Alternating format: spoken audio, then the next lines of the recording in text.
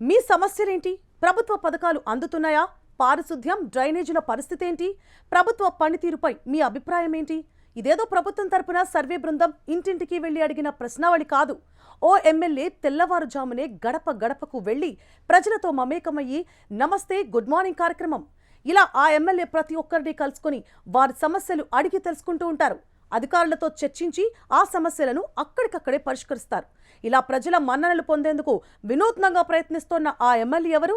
ఆ విశేషాలేంటి? ఎన్నికల్లో గెలిచాక ప్రజా సమస్యలు గాలికొదిలేసి ఆదాయ మార్గాలను వెతుక్కోవడం ఇప్పుడున్న ప్రజాప్రతినిధుల్లో కనిపించే సహజ లక్షణం.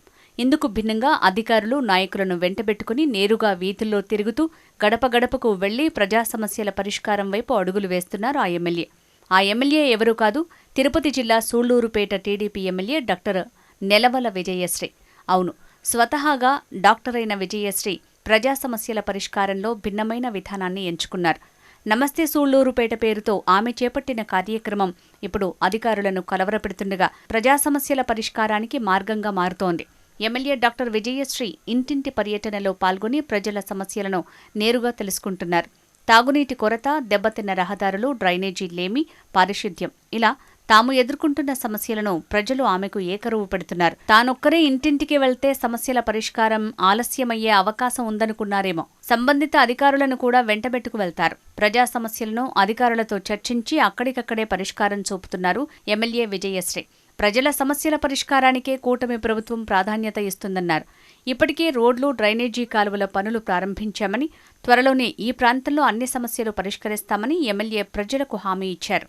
ఎమ్మెల్యే స్వయంగా గడప గడపకు వచ్చి తమ సమస్యలను అడిగి తెలుసుకుంటూ వాటిని పరిష్కరించాలంటూ తమ వెంట ఉన్న అధికారులను పురమాయించడం స్థానికుల్లో ఆనందాన్ని కలిగిస్తోంది. పలుచోట్ల రోడ్లపై డ్రైనేజీ ప్రవహించడాన్ని చూసిన ఎమ్మెల్యే డాక్టర్ నెలవల విజయశ్రీ వాటిని తన ప్రాధాన్యత జాబితాలో చేర్చి వెంటనే రోడ్ల మరమ్మతు చేయాలని అధికారులను ఆదేశించారు. మొన్నటి వరకు వర్షాలొచ్చాయి కదా అంటూ ఓ అధికారి వివరణ ఇచ్చేందుకు ప్రయత్నించగా వర్షాలు ఆగిపోయి వారమైంది, ఇంకా అదే సమాధానం రాకూడదు, పారిశుద్ధ్యం సరిగా లేకుంటే ప్రజారోగ్యంపై తీవ్ర ప్రభావం చూపిస్తుందని సూచించారు.